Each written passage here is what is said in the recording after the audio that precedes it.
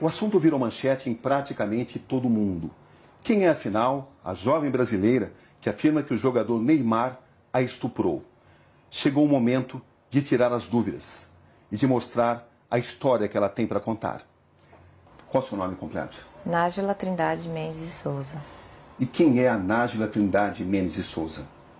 Uma pessoa comum, que trabalha, estuda, sou modelo, estudante de design de interiores, que gosta de esporte, que treina, dança, sou filha, mãe, pessoa comum.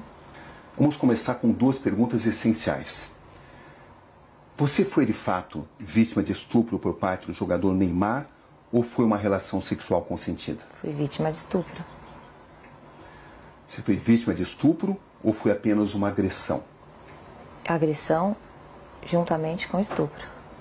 Você reafirma que foi vítima de estupro? Fui. Mas por que então seu primeiro advogado diz que você relatou a ele ter sido vítima de uma agressão, não de um estupro? Primeiro que ele não estava acreditando totalmente em mim.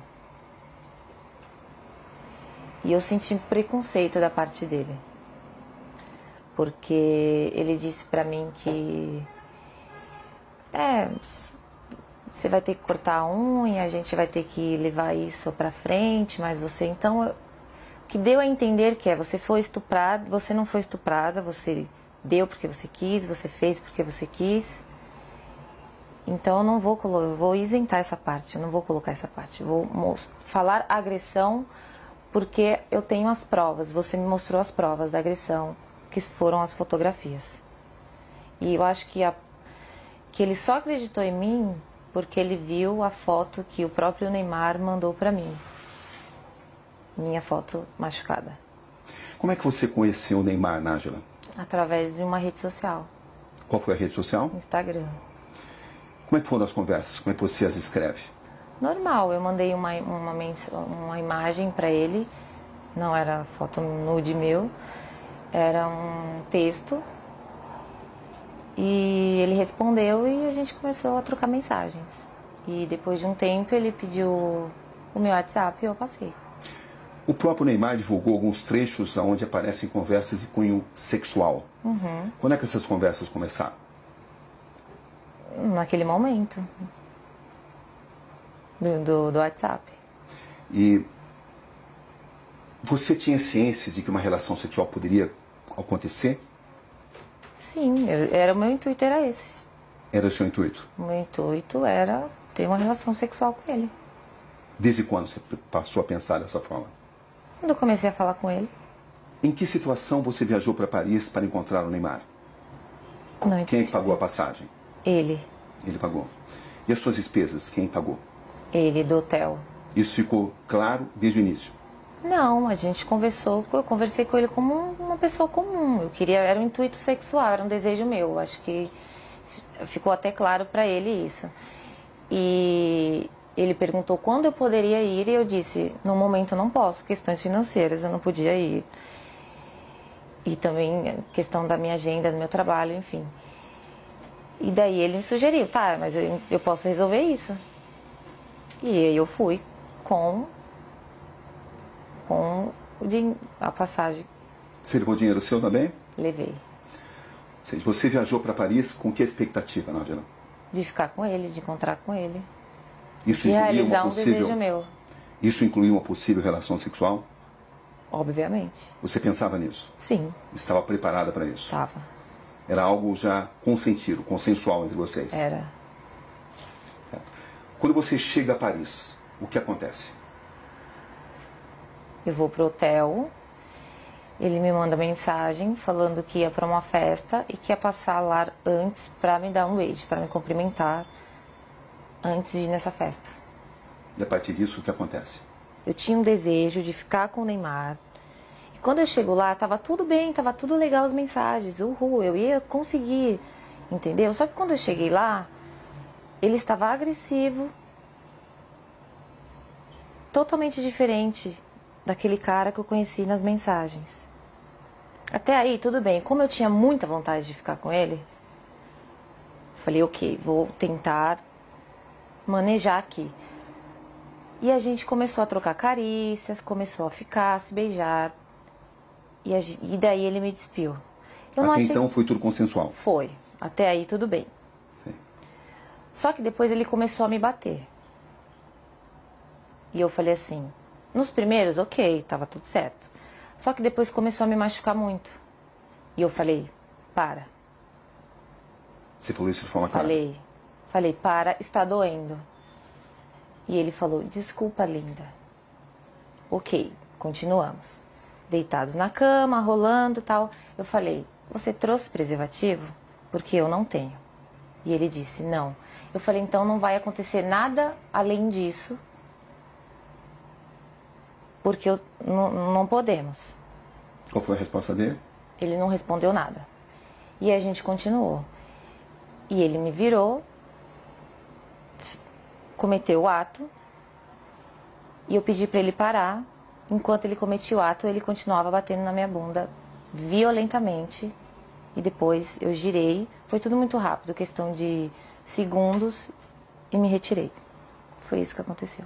Você está totalmente convencida que conseguiu mostrar a ele que você não queria, não desejava mais a relação sexual? Eu falei, para. Não, para. Eu falei. E ele nunca disse nada a você?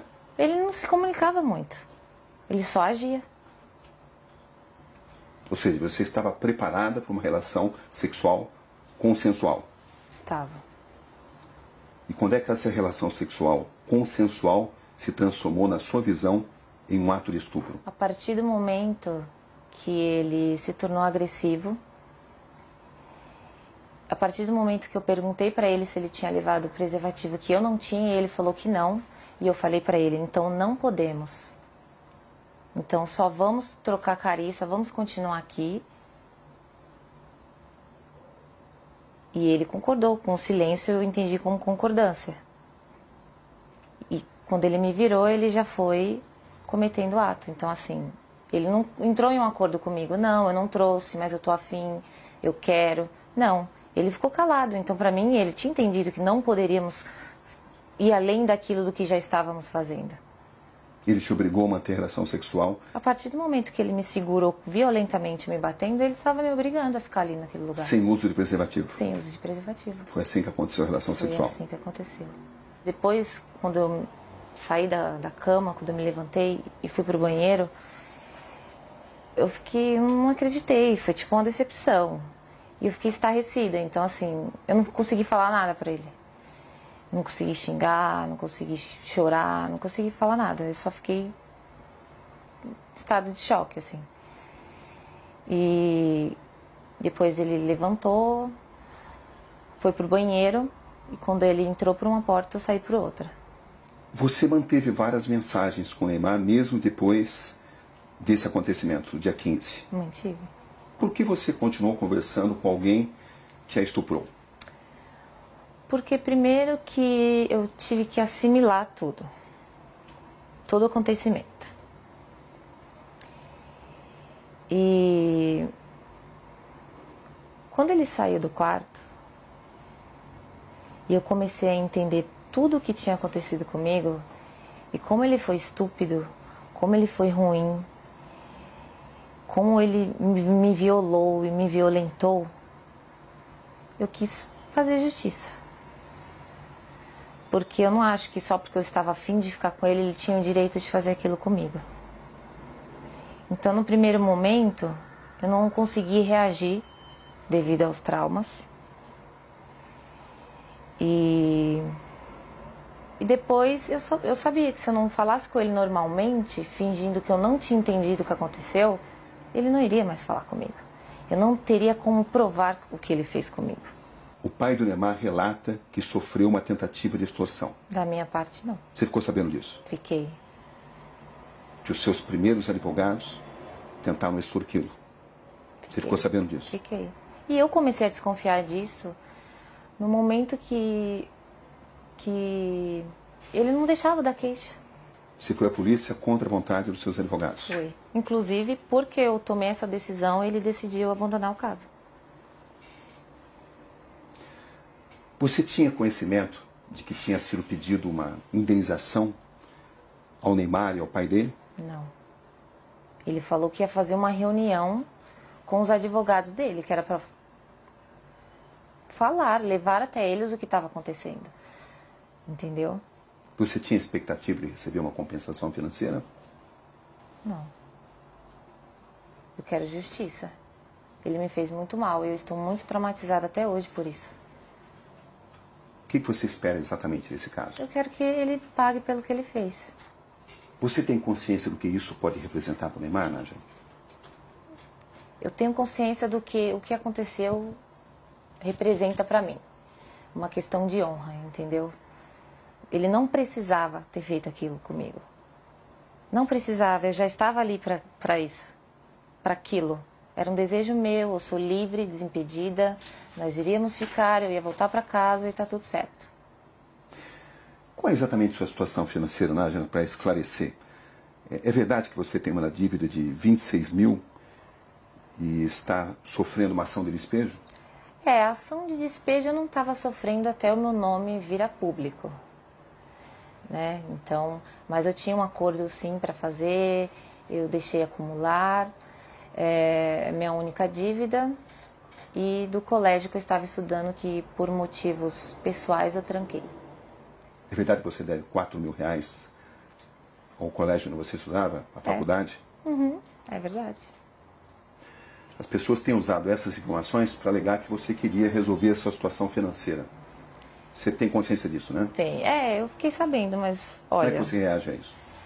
Eu acho que teria uma forma mais fácil e mais rápida do que todo esse auê, todo esse escândalo. Eu acho que eu não preciso disso.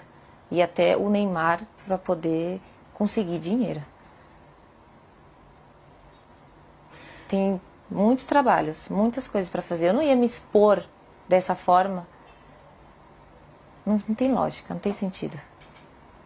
Para arrancar dinheiro do Neymar. Desculpa, eu não preciso disso.